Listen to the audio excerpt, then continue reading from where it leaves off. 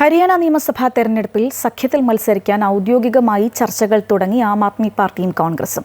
Aam Aadmi party നേതാവ് രാഘവ് ഛദ്ദ കോൺഗ്രസ് നേതാക്കളായ K C. വേണുഗോപാലുമായും Deepak ബാബറിയയുമായും ആശയവിനിമയം നടത്തി. 90 സീറ്റുകളിൽ 10 സീറ്റുകൾ വേണമെന്ന നിലപാടിലാണ് ആം ആദ്മി പാർട്ടി. എന്നാൽ 7 സീറ്റുകൾ വരെ നൽകാൻ തയ്യാറാണെന്ന് കോൺഗ്രസ് അറിയിച്ചതായിട്ടാണ് വിവരം.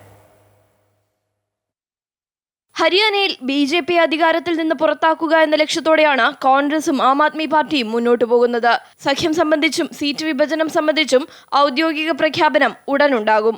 ആം ആദ്മി പാർട്ടി നേതാവ് രാഘവ് ഛദ്ദയും ഹരിയാനയുടെ ചുമതലയുള്ള കോൺഗ്രസ് നേതാവ് ദീപക് ബാബറിയുമായി നടത്തിയ ചർച്ചകളിൽ 10 സീറ്റ് വേണമെന്ന ആവശ്യം രാഘവ് ഛദ്ദ മുന്നോട്ട് വെച്ചതായാണ് വിവരം.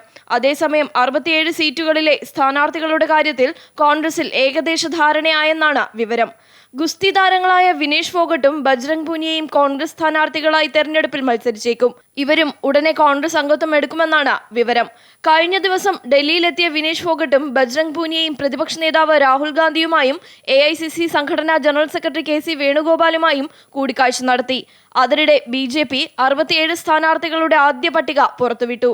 മുഖ്യമന്ത്രി നായബ് സിംഗ് സൈനി, മുതിർന്ന നേതാക്കളായ അനിൽ വിജ്, ക്യാപ്റ്റൻ അഭിമന്യു എന്നിവർ ആദ്യ പട്ടികയിൽ ഇടം പിടിച്ചു. ഒക്ടോബർ 5 നടക്കുന്ന ഹരിയാന നിയമസഭാ തെരഞ്ഞെടുപ്പിന്റെ വോട്ടെണ്ണൽ ഒക്ടോബർ 8 അമൃത ന്യൂസ്, ന്യൂഡൽഹി.